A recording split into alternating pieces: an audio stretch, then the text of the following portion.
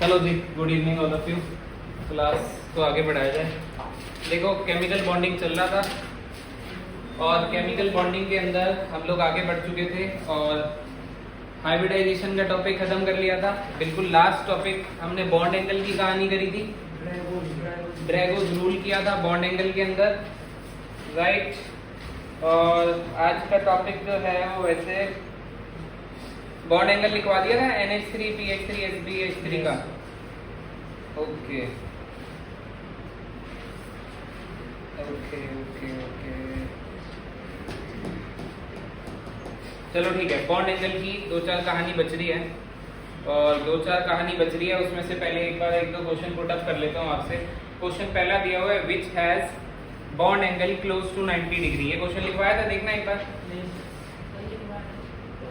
Which has close to 90 degree हो चुका है क्वेश्चन। कोई बात नहीं, चलो आंसर दो। सीधा इसका आंसर ASH3।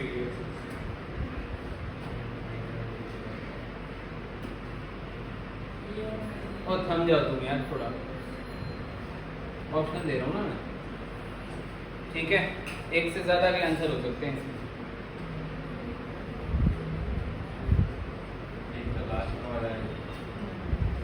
एक तो लास्ट वाला है, इतनी बेहुदा बात करने की जरूरत नहीं है। लास्ट वाला तो बनाया भी नहीं था।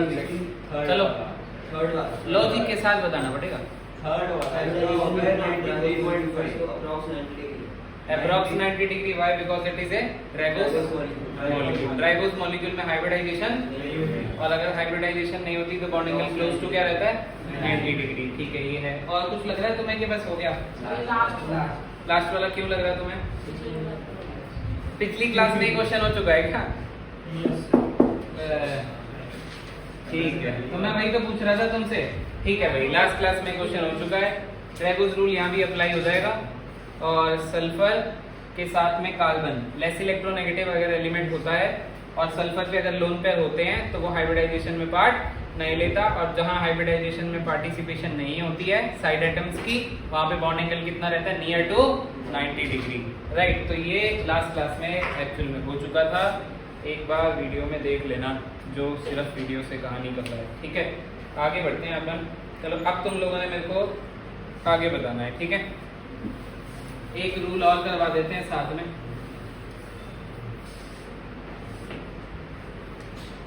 देखो, मेरे पास है OF2, OCl2, O के साथ लगा दिया ब्रोमीन और O के साथ लगा दिया आयोडीन। तो सबसे पहले मैंने आपको क्या बोला है कि बॉन्ड एंगल कंपैरिजन में आप क्या करोगे? सबसे पहले हाइब्रिडाइजेशन चेक करोगे। क्या चेक करोगे बच्चों? हाइब्रिडाइजेशन। और हाइब्रिडाइजेशन बता सकते हो OF2 में O की हाइब्रिडाइजेशन क्या होगी? हाइब्रिडाइजेशन का क्या सिखाया? क्या क्या काउंट कर लिया तुम्हें? Bond pair plus lone pair कितने चमक रहे हैं और बॉन्ड पेयर कितने चमक रहे हैं? 4 का मतलब हाइब्रिडाइजेशन sp3। और इस शेप का क्या नाम होता है बच्चों? तुम्हारे मालूम है sp3 में अबे लोन पेयर शेप में पार्टिसिपेट नहीं करता। अरे बोलो यार, लोन पेयर शेप में पार्टिसिपेट। शेप का नाम बेंट वी शेप। अरे शेप का नाम बोलो, बेंट वी शेप। याद आ गया कि नहीं आया? बोलो, याद आ गई कहानी। चलो, यहाँ पे सभी में हाइब्रिडाइजेशन सेम है। इसका मतलब बॉन्ड एंगल के लिए मुझे कोई और कहानी देखनी पड़ेगी। अगर हाइब्रिडाइजेशन सेम है तो बॉन्ड एंगल में कहानी दूसरी देखनी पड़ेगी। हाँ जी भाई साहब।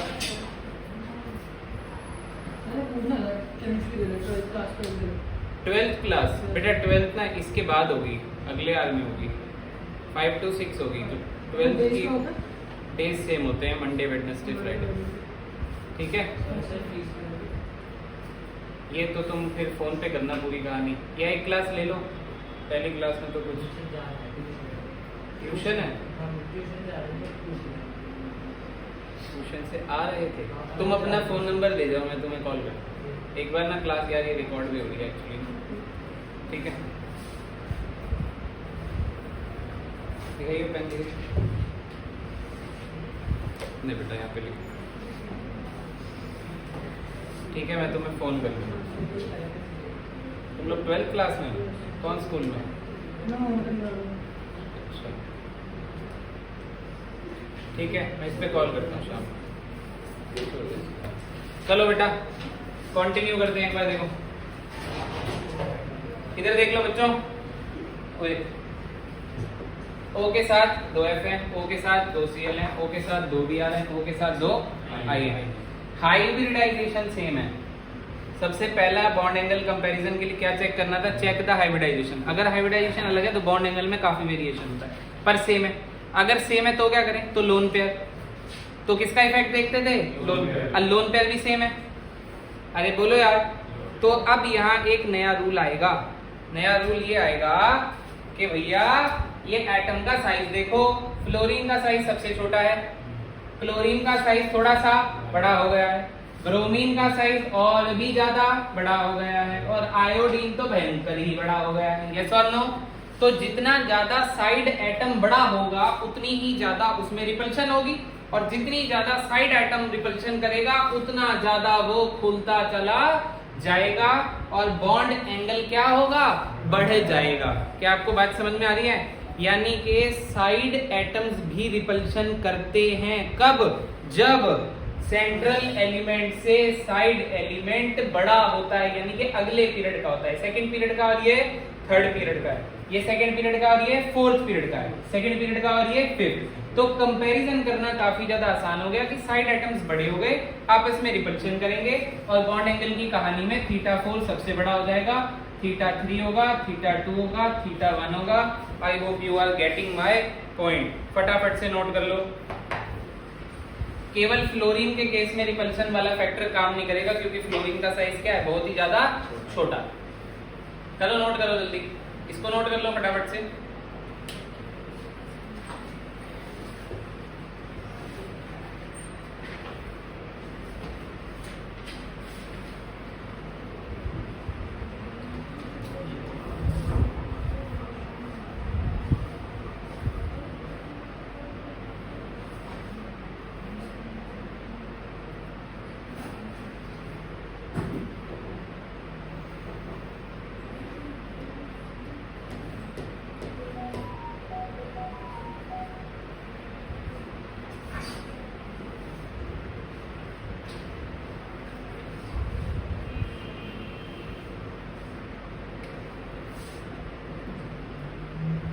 बेटा ये नोट पॉइंट बना लेना।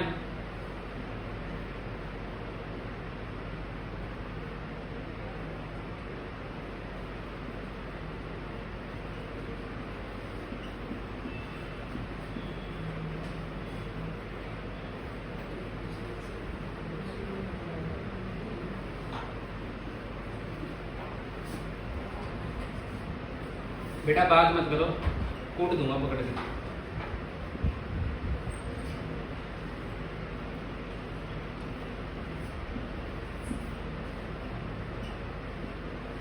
Except in case of fluorine.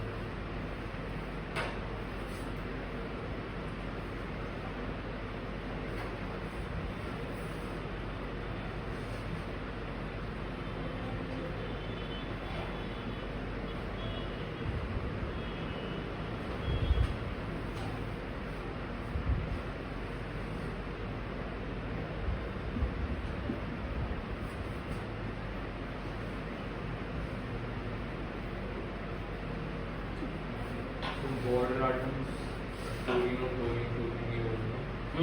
Water atoms, chlorine और chlorine ये सब होगा। हाँ,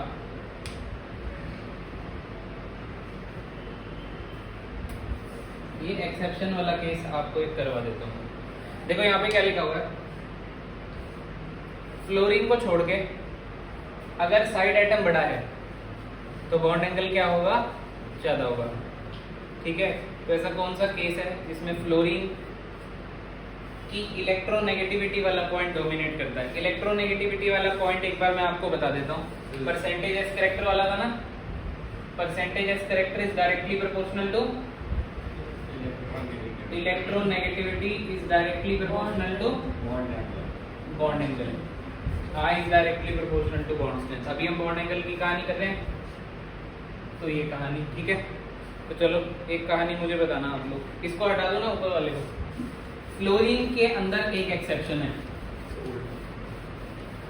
ठीक है। OH2 को अगर मैं कंपेयर करूं OF2 से, तो सुनना, फ्लोरीन बॉन्ड के अंदर परसेंटेज एस करेक्टर को कम करा देगा, ये बात सिखा रखी है। इलेक्ट्रोनेगेटिव एलिमेंट बॉन्ड की परसेंटेज एस करेक्टर को क्या कर देता है, कम। अगर दोनों बॉन्ड में फ्लोरीन लगा है तो दोनों का परसेंटेज एस करेक्टर कम है इसके कंपैरिजन में। अरे बोलो यस और नो। अगर इसका परसेंटेज एस करेक्टर कम है, परसेंटेज एस करेक्टर कम है, तो बॉन्ड एंगल भी क्या होगा, कम होगा। तो यानी कि अगर मैं यहाँ कंपेयर करूं तो इसका बॉन्ड एंगल 104.5 डिग्री के आसपास होता है और इसका बॉन्ड एंगल 103 डिग्री के आसपास होता है। ये फर्क आप बहुत ही ध्यान से नोटिस करो, ये फर्क बहुत ही ना के बराबर का फर्क है। क्या आपको बात समझ में आ रही है? इसीलिए आपने लास्ट में ये वाला इफेक्ट चेक करना है। सबसे पहले आपको जो स्कूल के पेपर में क्वेश्चन आने वाला है वो मोटा मोटा on the basis of hybridisation और on the basis of lone pair repulsion, lone pair bond pair repulsion पर ही खत्म हो जाएगा। हद से हद ड्रैगोज मॉलिक्यूल पीएच3 उसमें बीच में घेर देंगे। ये सारी कहानी तो आपको थोड़ा सा कॉम्पिटिटिव एग्जाम के लिए ध्यान रखनी है। क्या आपको बातें समझ में आ रही, क्या कहना चाह रहा हूँ? एक और करवा दूं इसी तरीके का, एक्सेप्शन वाला ही। एक्सेप्शन है मतलब इस पॉइंट के बेस पे हम एक्सेप्शन बुला रहे हैं इसको, ठीक है, कि फ्लोरीन का अलग नेचर है बाकी सबसे। चलो देखो, NH3 और NF3, ये बॉन्ड एंगल θ1, ये बॉन्ड एंगल θ2। अब आप देखो हाइब्रिडाइजेशन दोनों केसेस में सेम है, केवल एक ही बात अलग है, यहाँ हाइड्रोजन लगे, यहाँ पे फ्लोरीन लगे। फ्लोरीन बॉन्ड में परसेंटेज एस करेक्टर क्या करा देगा, कम। ये बात हमने लास्ट क्लास में भी करी थी और उससे पहली क्लास में सबसे पहली बार बताई थी, हो रही है ना 2-3 क्लास से लगातार यही कहानी। तो फ्लोरीन बॉन्ड में परसेंटेज एस करेक्टर कम करा देगा, जिस वजह से बॉन्ड एंगल भी क्या हो जाएगा इनका, कम। तो θ2 जो हो जाएगा, θ1 बड़ा हो जाएगा θ2। ये सिर्फ फ्लोरीन के केस में ऑब्जर्व करी गई है, ठीक है। चलो बॉन्ड एंगल के क्वेश्चन करवाऊंगा मैं तुम्हें बाद में, फिलहाल तो ये कर लो।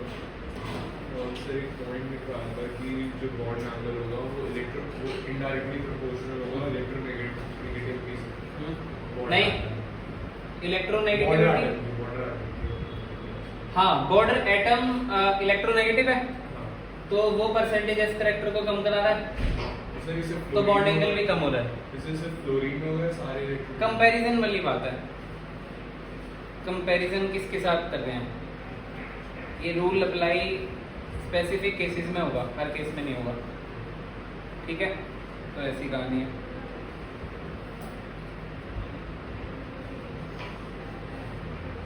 जैसे कि देख, ये वाला सेम रूल यहाँ पे भी है। एक और क्वेश्चन करवा देता हूँ, चल बोल रहा है। तेरे को ये समझ में आ गया कि यही रूल तूने बोला था अभी?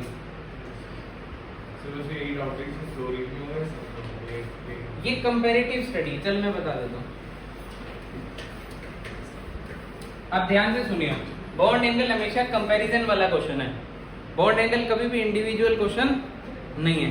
ये हमेशा इसका इससे बड़ा है या ऑर्डर लगाओ, ठीक है, इस टाइप का क्वेश्चन बनेगा। या डिक्रीजिंग ऑर्डर लगाओ, इंक्रीजिंग ऑर्डर लगाओ, या बताओ इनमें से सबसे बड़ा कौन है, इनमें से सबसे छोटा कौन है। इस 4-5 टाइप के क्वेश्चन बनेंगे। जैसे मैं एक और क्वेश्चन लिखवा देता हूँ। जैसे मेरे पास ये दिया हुआ है,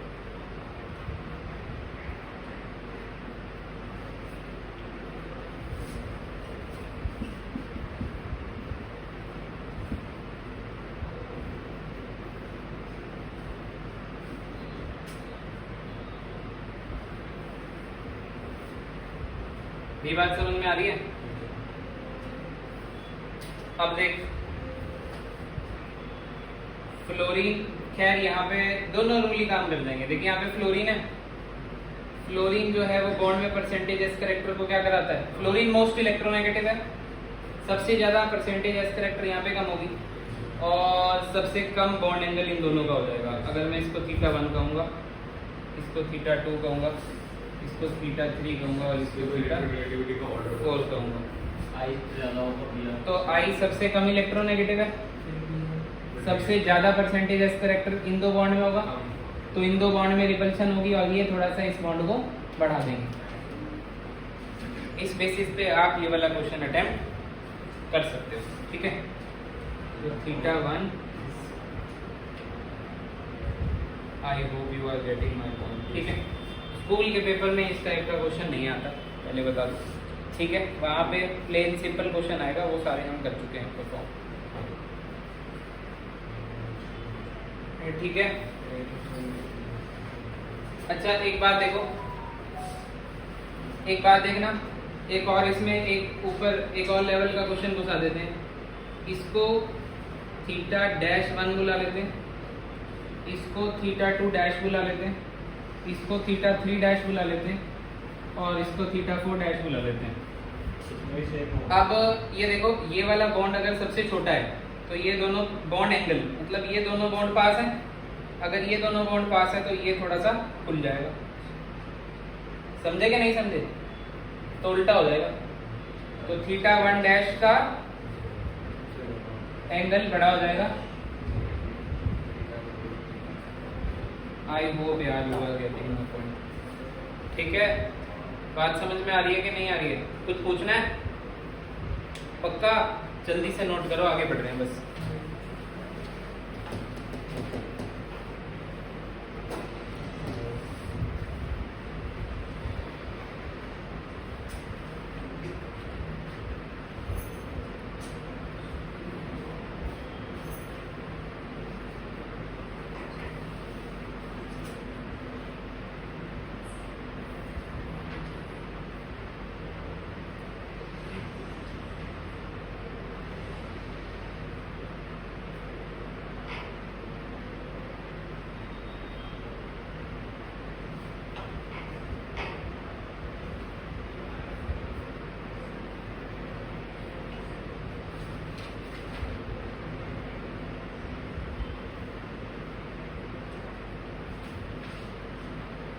ये गेट बंद है खुला है? देखिए वो इसने बंद कर दें, बंद कर दे, फिर कुछ नहीं फायदा है इसका तो इसी का।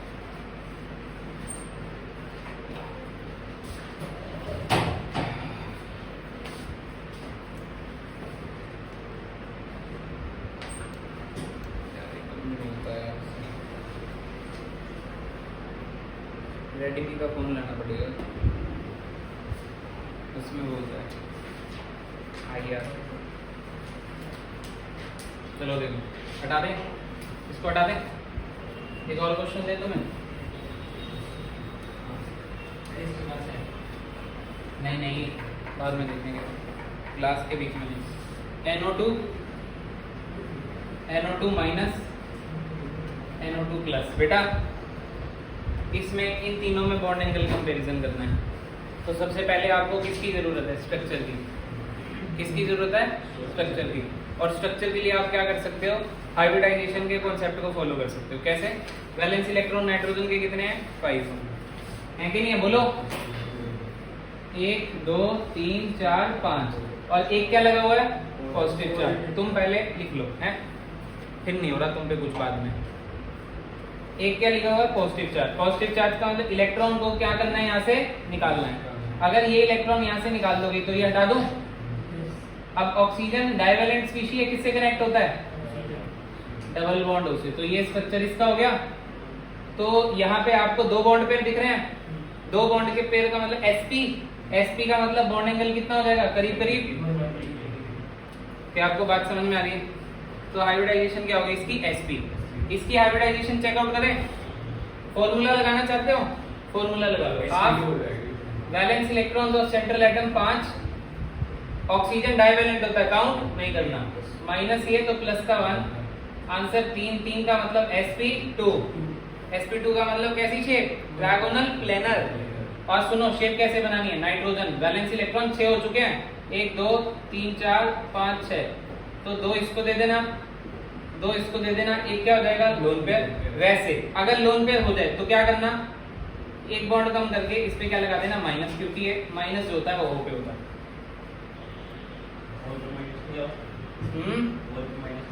और इसका ऑक्टेट भी तो अभी पूरा है, ठीक है ना? 2 2 4 2 6 और 2 8, तो उसके हिसाब से हमने सेकंड पीरियड का एलिमेंट है ना। ऑक्टेट ही तो रख सकता है, 8 ही तो रख सकता है। बोलो 8 से ज्यादा तो 2s2p में नहीं आएंगे ना। अरे बोलो ना यार, अरे बना लोगे ना, पढ़ा दिया है ना अभी, ये अब बना लोगे क्योंकि पढ़ा दिया है, ठीक है। पहले थोड़ी सी हो सकता है दिक्कत आ रही हो, पर आप देखो sp2 हाइब्रिडाइजेशन के अंदर बॉन्ड एंगल जो होता है वो 120 के आसपास होता है कि नहीं होता, बोलो। पर हमको यहाँ बॉन्ड एंगल लिखने की कोई जरूरत नहीं है, और यहाँ 120 नहीं है, 120 से कम होगा। क्यों? क्योंकि ऊपर क्या लगा हुआ है, लोन पेयर। लोन पेयर क्या करेगा, इस बॉन्ड को रिपेल। अगर इस बॉन्ड को रिपेल करेगा तो ये दो बॉन्ड क्या हो जाएंगे, थोड़े से पास आ जाएंगे। पास आ जाएंगे तो बॉन्ड एंगल क्या हो जाएगा, कम हो जाएगा। क्या आपको बात समझ में आ रही है? बोलो यस और नो। इसको देख लेते हैं। NO2 ऑड इलेक्ट्रॉन स्पीशीज होती है बेटा, डायरेक्ट इसका बना रहा हूं मैं। ये NO2 आप कुछ इस तरीके से बना सकते हो, कोई प्रॉब्लम वाली बात इसमें नहीं है, ठीक है। अब इसमें O पे माइनस और N पे प्लस आप डाल सकते हो स्ट्रक्चर वाइज, और यहाँ पे भी आपका ये इलेक्ट्रॉन ऑक्सीजन लगा है तो हाइब्रिडाइजेशन में पार्टिसिपेट कर जाएगा। ऑड इलेक्ट्रॉन स्पीशी में अगर side atom most electronegative element हो ना तो हाइब्रिडाइजेशन में पार्ट ले लेता है। और शेप इसकी जो है वो थोड़ी ट्रायंगल प्लेनर जैसी थी, पर एक बॉन्ड नहीं है तो बेंट वी शेप हो गई। अब इसमें और इसमें कंपेयर करोगे तो ये लोन पेयर है, लोन पेयर इलेक्ट्रॉनिक रिपल्शन ज्यादा लगाएगा इसके कंपैरिजन में, यस और नो। तो बॉन्ड एंगल अगर मैं इसको θ1, इसको θ2 और इसको θ3 डालूं तो θ3 तो सबसे बड़ा है, फिर θ1 और फिर θ2 हो जाएगा, ये ऑर्डर हो जाएगा इसमें। Single electron odd electron species कहलाती है, इसको लोन पेयर नहीं माना जाएगा। ऑड इलेक्ट्रॉन स्पीशी है, रिपेल तो करेगा ही क्योंकि इलेक्ट्रॉन डेंसिटी है इसमें काफी सारी। अरे इलेक्ट्रॉन डेंसिटी 2 इलेक्ट्रॉन में ज्यादा होगी, एक में कम होगी, तो रिपेल ये ज्यादा करेगा ये कम करेगा, बस इसमें क्या है। अरे बोलो ना यार, ठीक है ना। Odd electron species. अब इसका एक इलेक्ट्रॉन या साइड एलिमेंट अगर ऑक्सीजन नहीं होता, कोई लेस इलेक्ट्रोनेगेटिव एलिमेंट होता, तो ये हाइब्रिडाइजेशन में पार्ट नहीं लेता, ठीक है। तुम रहने दो, NO2 को ही देखो बस।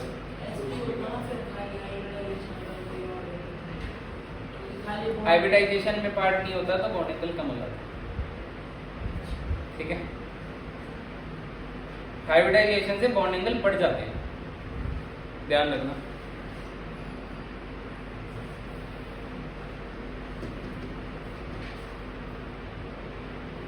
ठीक है, चलो एक भयंकर बात बताना मुझे।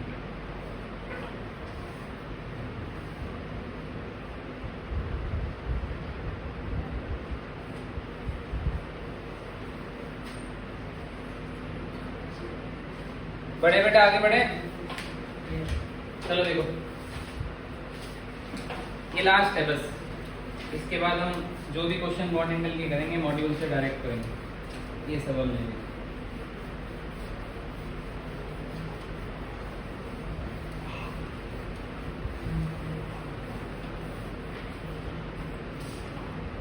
बच्चों मेरी बात सुनो,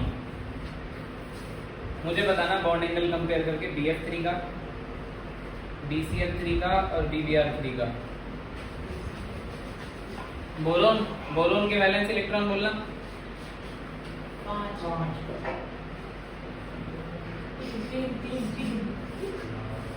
3 होते हैं।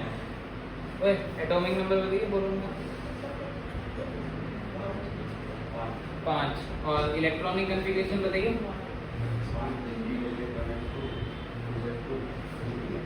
वैलेंस इलेक्ट्रॉन कितने हो गए? 3। मोनोवैलेंट एटम कितने? 6/2। 3 का मतलब sp2, और sp2 की शेप ट्रायगोनल प्लेनर, तो इसकी शेप ये हो गई। कोई लोन पेयर बच रहा है क्या इसमें? नहीं। क्यों? क्योंकि सर देखो, हाइब्रिडाइजेशन का आंसर 3 आया, और हाइब्रिडाइजेशन क्या होती है? बॉन्ड पेयर प्लस, तो इसमें तीनों के तीनों क्या होंगे? Bond pair. लोन पेयर कोई भी नहीं होगा। समझ रहे हो कि नहीं समझ रहे हो? बोलो। तो इसमें लोन पेयर नहीं है, तो BCl3 भी ऐसे ही बनेगा, और BBr3 भी। तो बॉन्ड एंगल बताओ ना, किस में ज्यादा किस में कम होगा? बताओ कैसे बताओ? सबसे कम बॉन्ड एंगल BF3 में होगा। सबसे कम। फ्लोरीन परसेंटेज एस करेक्टर को क्या कराता है?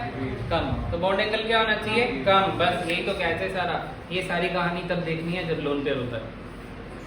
जब लोन पेयर नहीं है तो ये सब कुछ नहीं है, धोखा है ये सब। सारे के सारे बॉन्ड एंगल सेम है, प्रॉपर ट्रायंगल प्लेनर शेप है, सारे के सारे बॉन्ड एंगल सेम है, सारे सेम बॉन्ड एंगल हो जाएंगे इसमें। अब इसमें क्यों अलग होगा?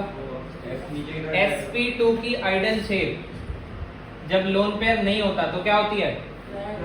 ट्रायंगल प्लेनर होती है। और सारे के सारे बॉन्ड एंगल कितने होते हैं? तो यहाँ पे कोई लोन पेयर नहीं था, इसमें कोई लोन पेयर नहीं है, इसमें कोई लोन पेयर नहीं है। ये सारे के सारे प्रॉपर ट्रायंगल प्लेनर बना रहे हैं विदाउट लोन पेयर, विदाउट किसी भसड़ के। समझ में आ गई कि नहीं बोलो? तो इसमें सब में बॉन्ड एंगल परफेक्ट 120 होगा, कुछ आगे कुछ कम, कोई ज्यादा, कोई परसेंटेज एस करेक्टर का कहानी नहीं लगने वाली। वो तब लगेगा जब या तो लोन पेयर प्रेजेंट हो या एटम डिफरेंट हो। अगर एटम डिफरेंट हो जाएंगे तो बॉन्ड में परसेंटेज एस करेक्टर वेरी करेगा। अगर एटम भी सेम है और लोन पेयर भी नहीं है तो फिर कोई लॉजिक नहीं है। हम अपना सिंपल कॉन्सेप्ट के हिसाब से चलेंगे और सारे के सारे बॉन्ड एंगल क्या हो जाएंगे? सेम हो जाएंगे। तो तीनों में बॉन्ड एंगल क्या हो जाएगा? बराबर हो जाएगा। क्या आपको बात समझ में आ रही है? तो परसेंटेज एस करेक्टर की कहानी कहाँ चेक करनी है? जहाँ पे क्या प्रेजेंट हो? लोन पेयर हो। अब तू ना यही सब कर, तो तू मुझसे मांग लेना।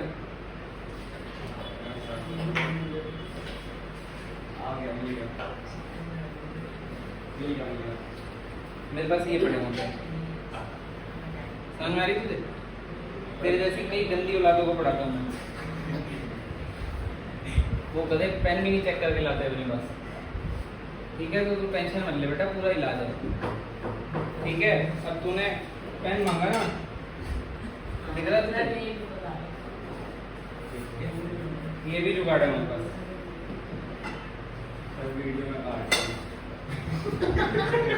तुझे लपेटूंगा अगर तो काट दूंगा वीडियो में। ठीक है, चलो देखो, हटा देते हैं। मेरी बात सुन लो, ये सब बहुत हो गया। बॉन्ड एंगल थक चुके हैं। अब नई कहानी पढ़ाते हैं और आगे बढ़ते हैं। देखो, नेक्स्ट कहानी का नाम है बैक बॉन्डिंग।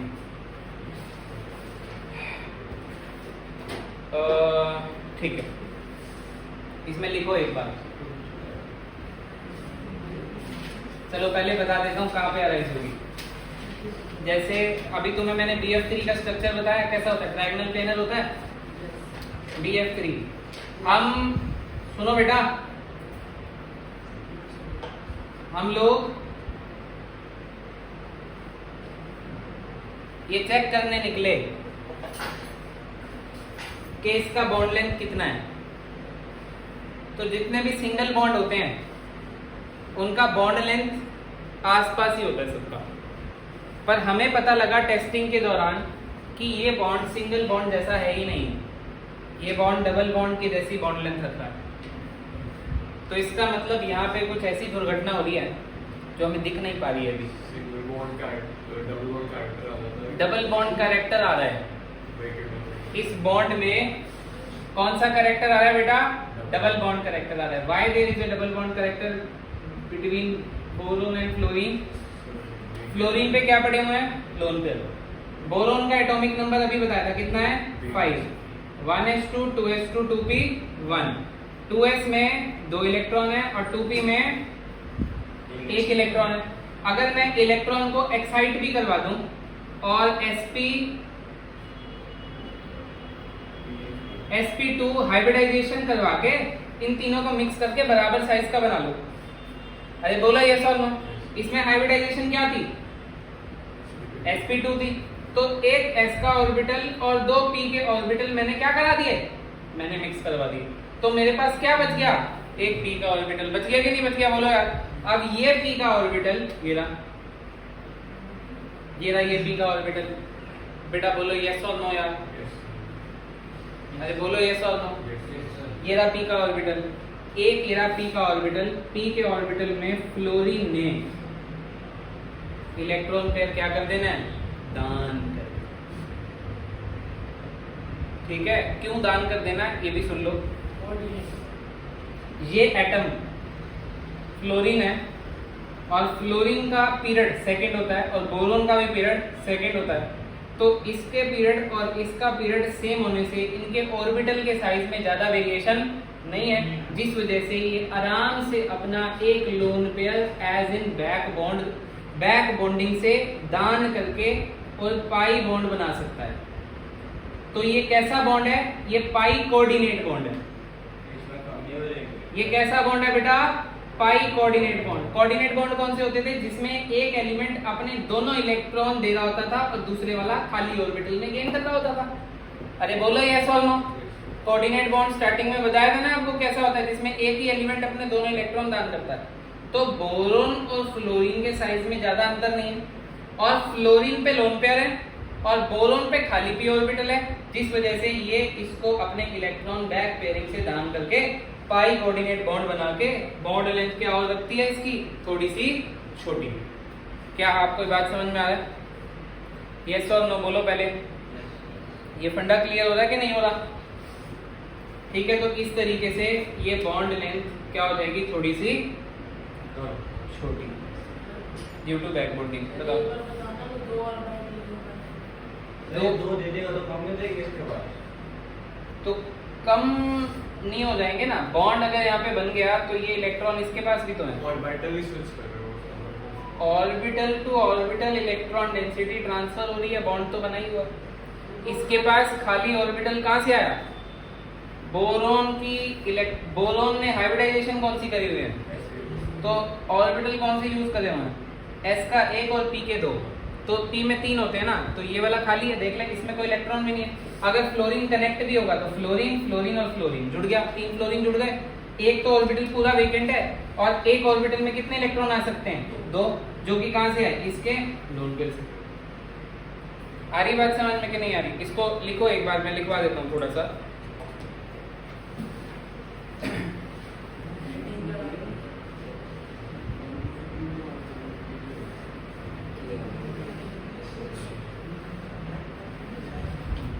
इसमें लिखो any pi coordinate bond is a back bond. पहला पॉइंट बनाओ बेटा, any pi coordinate bond is a back bond. अगला पॉइंट बनाओ, it is formed between A vacant orbital and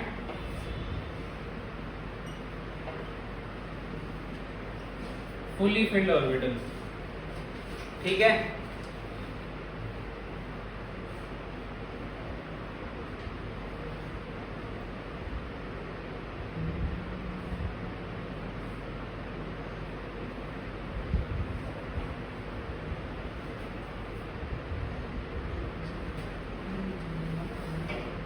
ये बनाना है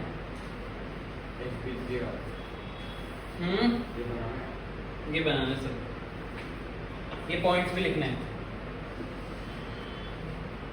BF bond in BF3 partial bond ही बोलते हैं।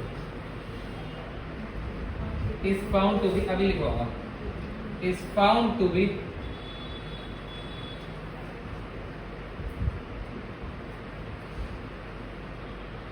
shorter than expected due to back bonding। क्या हो गया? बैटरी कम है, कोई बात नहीं।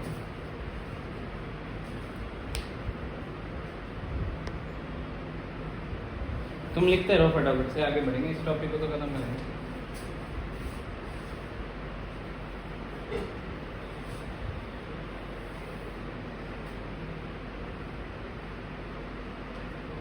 ठीक है बच्चों, बड़े आगे बढ़े।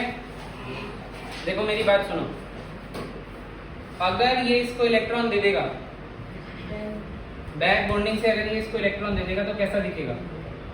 यहाँ पे डबल बॉन्ड दिखेगा, इस पे प्लस दिखेगा और इस पे यस और नो। पहले बताओ, अगर ये फ्लोरीन बोर्ड पे देखते थे ना, अर्जुन हाँ इधर देख ले, मछली की आंख है ये, ठीक है।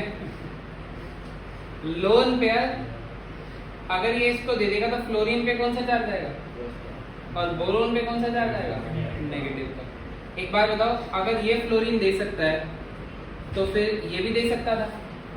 अगर ये फ्लोरीन दे सकता है ये वाला, तो फिर इसने क्या बिगाड़ा है? यानी कि सारे फ्लोरीन एक एक बार दे सकते हैं कि नहीं दे सकते हैं, बोलो यार। Yes, तो अब डबल हेडेड एरो डालेंगे क्योंकि वो भी दे दो। ये दे रहा है और ये दोनों स्ट्रक्चर एक जैसे हैं। Different different fluorine different different time पे दान कर रहे हैं, पर डबल हेडेड एरो तब आता है जब इसकी एनर्जी और इसकी एनर्जी बहुत आसपास होती है या सेम होती है। तो दोनों के दोनों स्ट्रक्चर सेम ही है, इसलिए डबल हेडेड एरो आया हुआ। क्या आपको डबल हेडेड एरो की इंपॉर्टेंस समझ में आ रही है? हमने रेजोनेटिंग स्ट्रक्चर जब बनाए थे तो भी ऐसा डबल हेडेड एरो डाला था। ये एक तरीके का रेजोनेटिंग स्ट्रक्चर ही है, sir, isn't it? उसको single ठीक है। bond हुआ था। वो रेजोनेंस हाइब्रिड में आएगा। F पे प्लस और माइनस, F और F। ये बात आपको समझ में आ रही होगी कि मैंने आपको बस ये शो करने की कोशिश करी है कि हर फ्लोरीन इसमें इक्वली पार्टिसिपेशन शो अपना कर रहा है। तो इसका मतलब ये है कि इनका जो हाइब्रिड होगा वो कुछ इस तरीके से बनेगा।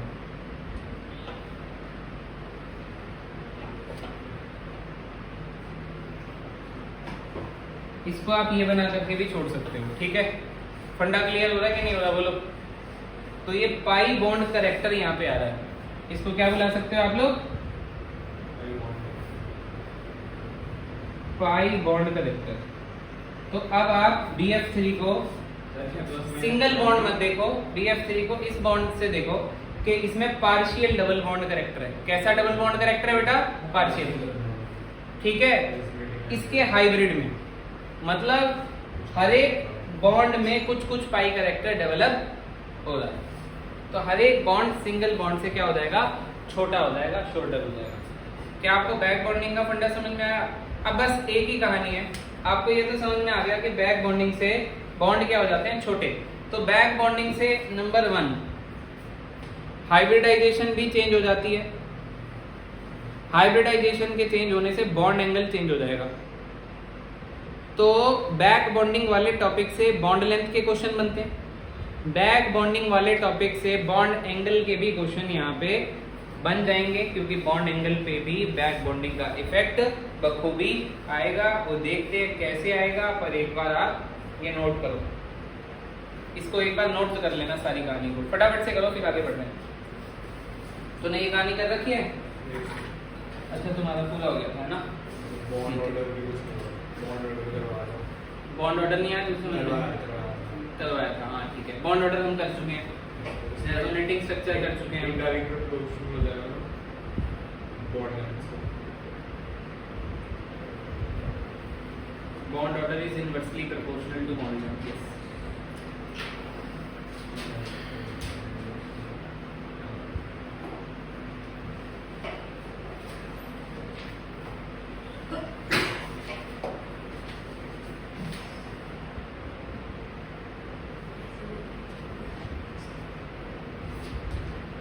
बेटा बढ़े, आगे बढ़े।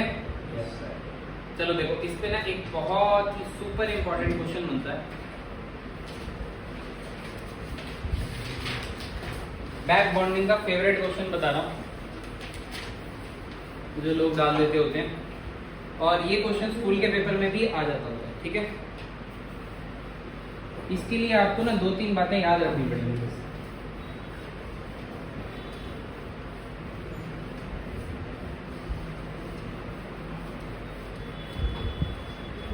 मुझे ये बताओ, क्या आपको समझ में आया कि BF3 में बैक बॉन्डिंग पॉसिबल है? क्यों पॉसिबल है? वजह क्या समझ में आई? क्योंकि बोरोन के पास क्या प्रेजेंट है? वेकेंट कौन सा ऑर्बिटल है? p ऑर्बिटल है। और 2p, इसको प्रिसाइजली 2p ऑर्बिटल हम कह सकते हैं कि वेकेंट 2p ऑर्बिटल है। और फ्लोरीन के ऊपर क्या प्रेजेंट है? Lone pair. आप मुझे एक बात बताइए, अगर मैं BCl3 बना दूंगा तो वो भी ऐसा ही बनेगा, और क्लोरीन पे भी फ्लोरीन की तरह लोन पेयर होंगे, यस और नो? क्योंकि फ्लोरीन और क्लोरीन सेम ग्रुप के तो मेंबर हैं। और अगर मैं बात करूंगा BBr3 की, तो BBr3 भी इनकी तरह बनेगा, और अगर मैं बात करूंगा किसकी BI3 की, तो BI3 भी इनकी तरह बनेगा। यस और नो बोलो आप। अब आपने मुझे ये बताना है कि इसमें सबसे ज्यादा बढ़िया बैक बॉन्डिंग किसमें हो जाएगी? सर BF किसमें होगी बेटा? BF BCl3 में। बेटा BCl3 में इतना भयंकर तुक्का थोड़ी मारते हैं। सर तुक्का जब मारना होता है तो या तो आगे वाला चुन लेते हैं बेटा, या पीछे वाला चुन लेते हैं। तुक्के में कभी बीच वाला नहीं चुनते, कॉमन सेंस खराब करती है। लॉजिक है, लॉजिक तो नहीं होगा तेरे पास कोई। बॉल है तो मेरे को भी क्या सोच के तूने BCl3 बोला? सर आप लिख रहे थे ना उसके अंदर। अच्छा इसको लगा कि आगे नहीं लिखूंगा, नहीं ऐसा नहीं है। इसमें सबसे कम बॉन्ड लेंथ होगी ना बेसिकली, इसकी बॉन्ड लाइन सबसे कम क्यों होगी? क्योंकि सबसे ज्यादा इलेक्ट्रोनेगेटिव है ना वो। तो इस पे लोन पेयर नहीं था ना सेंट्रल एटम पे। ठीक है मेरी बात सुन लो। सर मेरे को आई वाला है। आई वाला लग रहा है तुझे? सही तुझे इसको कैसा लगता है? बात क्योंकि ये गलत, एक बार भी गलत है। इधर देखो ये बताइए। बेटा मेरी बात सुन लो, मैं लॉजिक के साथ बता रहा हूँ क्योंकि टाइम नहीं है अपने पास ना, अभी बस अगली क्लास स्टार्ट होने वाली है। इधर देखो फ्लोरीन का साइज कैसा है ये बताओ? छोटा। और क्लोरीन का साइज थोड़ा बड़ा। ब्रोमीन का साइज थोड़ा और बड़ा। और आयोडीन का साइज थोड़ा और बड़ा। मेरी बात सुनो, ओवरलैपिंग का बेसिक रूल था कि जब जब साइज, मैं आपको बोल तो रहा था, चिल्ला तो रहा था कि इनके साइज में ज्यादा फर्क नहीं है क्योंकि ये सेम पीरियड के एलिमेंट है। तो इसका भी p ऑर्बिटल इसके 2p ऑर्बिटल के साथ इंटरेक्ट करेगा। इसका, अरे ये 2p करेगा ना ओवरलैप, अरे बोलो। और ये ऑर्बिटल, अब ये ऑर्बिटल 3p है और ये ऑर्बिटल 2p है, तो 3p का साइज 2p के साइज से काफी बड़ा हो जाएगा। तो extent of overlapping, back bonding तो हो जाएगी, पर extent of overlapping is poor than in case of BF bond due to large size of chlorine। क्या आपको बात समझ में आए? अरे अगर एक ऑर्बिटल इतना बड़ा है और एक ऑर्बिटल छोटा सा है तो क्या ओवरलैपिंग बढ़िया करेगा भाई? पढ़ाया तो था एक्सटेंट ऑफ ओवरलैपिंग में, कुछ याद आ रहा होगा। ब्रोमीन का साइज और बड़ा हो गया, आयोडीन का साइज और बड़ा हो गया, तो सबसे बढ़िया बैक बॉन्डिंग कहाँ हो रही है? सबसे बढ़िया बैक बॉन्डिंग हो रही है BF3 में। क्या आपको लॉजिक के साथ बातें समझ में आने लग रही है? कुछ कुछ यस और नो पहले बताओ। एक्सटेंट ऑफ ओवरलैपिंग सबसे बढ़िया इनके कंपैरिजन में BF बॉन्ड में, जिस वजह से पाई बॉन्ड करेक्टर सबसे बढ़िया का डेवलप हो जाएगा BF बॉन्ड में, और बॉन्ड लेंथ छोटी हो जाएगी। क्या आपको लॉजिक समझ में आया इसके पीछे का? अब बातें इसी से रिलेटेड नेक्स्ट क्लास में शुरू करूंगा और काफ़ी सारे बॉन्ड एंगल की भी बातें करूंगा, बॉन्ड लेंथ की भी बातें करूंगा, और इस टॉपिक को ख़त्म करते हुए एक और टॉपिक डायपोल मोमेंट का एंड करेंगे, पर अब वो हो पाएगा हमारी